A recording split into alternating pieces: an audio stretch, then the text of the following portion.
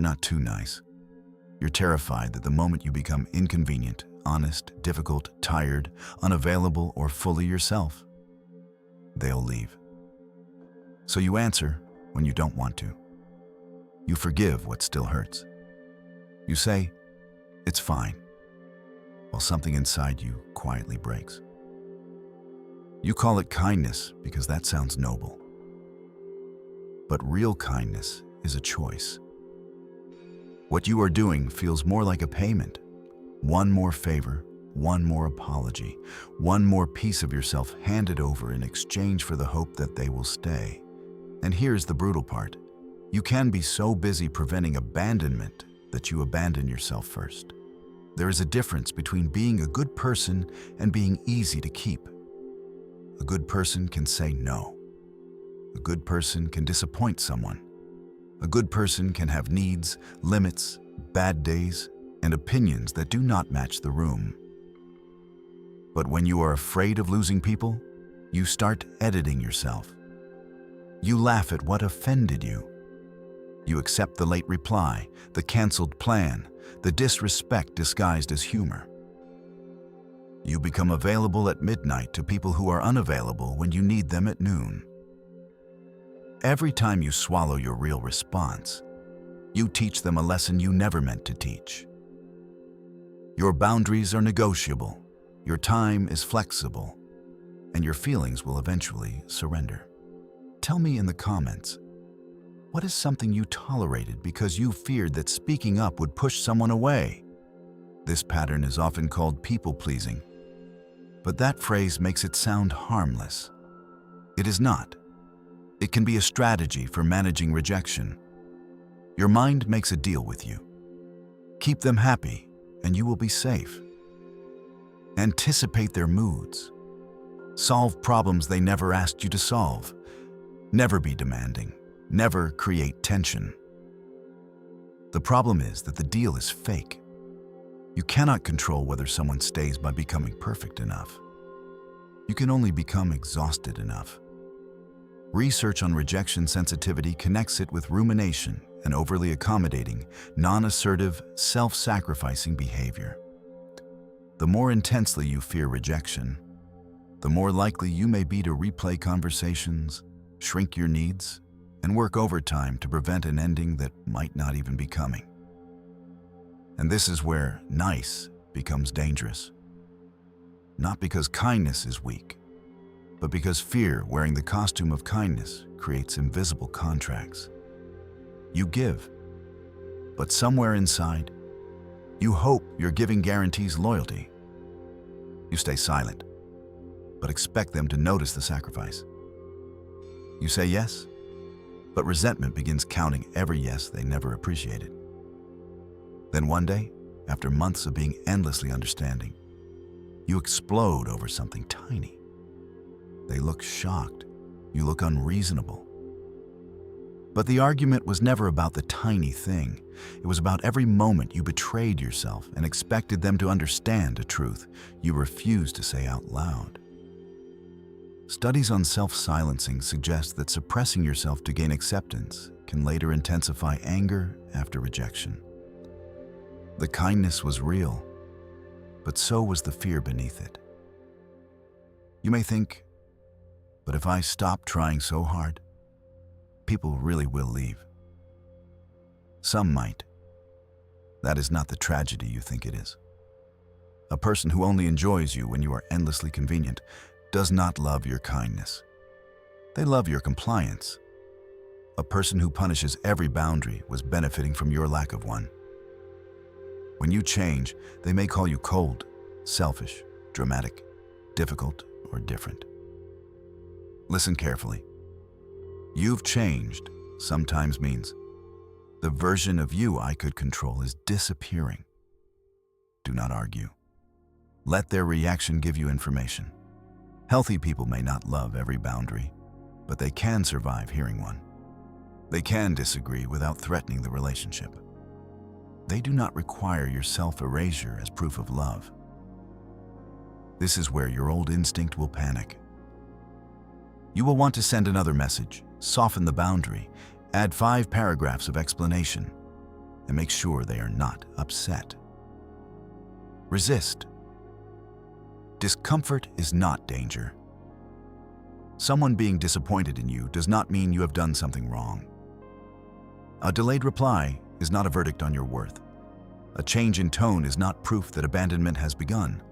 Emotional discipline means learning to pause before obeying that alarm. Ask yourself, am I doing this because I genuinely want to, or because I'm afraid of what will happen if I don't? That question can expose the difference between generosity and fear.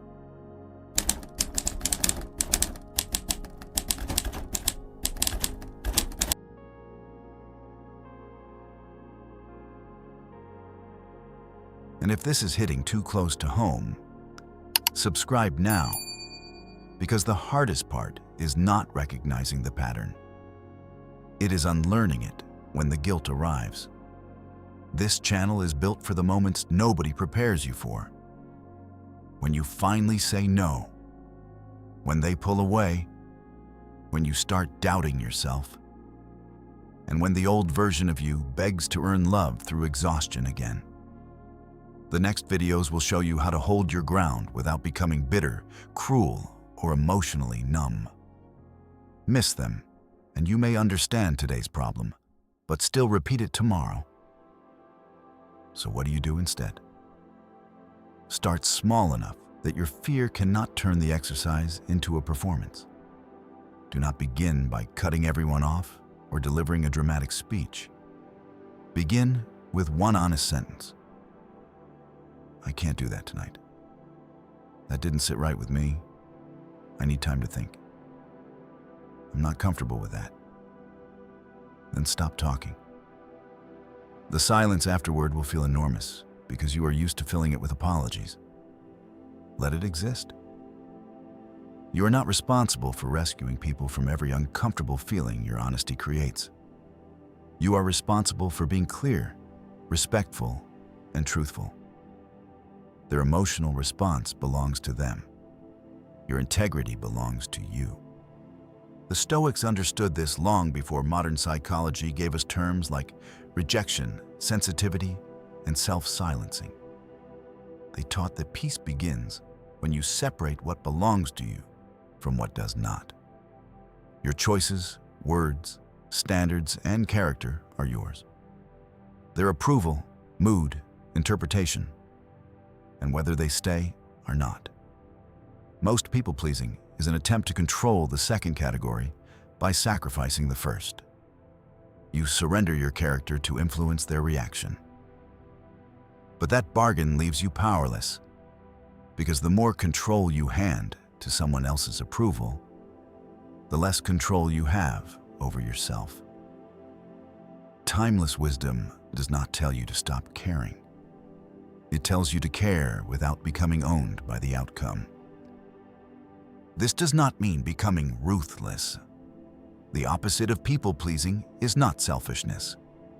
It is honesty. You can be compassionate without volunteering for mistreatment. You can understand someone's pain without making it your permanent responsibility. You can forgive someone and still remove their access to you. You can love people deeply and refuse to chase them. Real kindness has a spine. It does not demand repayment because it was freely chosen. It does not create secret contracts because it speaks its needs openly. It does not panic when someone says no, and it does not collapse when it has to say no back. Pay attention to who you become around certain people. Do you feel relaxed or constantly monitor the room? Do you speak naturally or calculate every sentence? Can you express disappointment or do you immediately fear punishment? Do you leave interactions feeling connected or relieved that you survived without upsetting them? Your body often notices the truth before your mind admits it. Leave your thoughts in the comments. Does people-pleasing come more from wanting to be liked or from being terrified of being disliked? Those sound similar, but they create very different lives. The final lesson is hard but freeing. You do not defeat the fear of abandonment by securing a promise that nobody will ever leave. No one can give you that promise. You defeat it by becoming someone who will not leave themselves when another person does. Someone who can survive disapproval without begging for reassurance. Someone who can grieve a relationship without negotiating away their dignity. Someone who understands that losing access to a person is painful, but losing access to your own voice is worse. The goal is not to become impossible to leave. The goal is to stop making yourself smaller just to become easier to keep. So the next time you feel the automatic yes rising in your throat, pause. The next time you want to apologize for having a need, pause. The next time somebody withdraws affection because you expressed a boundary, do not chase the affection. Watch what the withdrawal reveals. You are not too nice. You may simply have learned that love must be earned through obedience, usefulness, silence, or sacrifice. But learned patterns can be challenged. Keep the kindness. Keep the empathy. Keep the part of you that cares deeply. Just remove the fear that has been controlling it. Because the right people do not need you to disappear in order to stay. And even if someone leaves this time, you will still have yourself.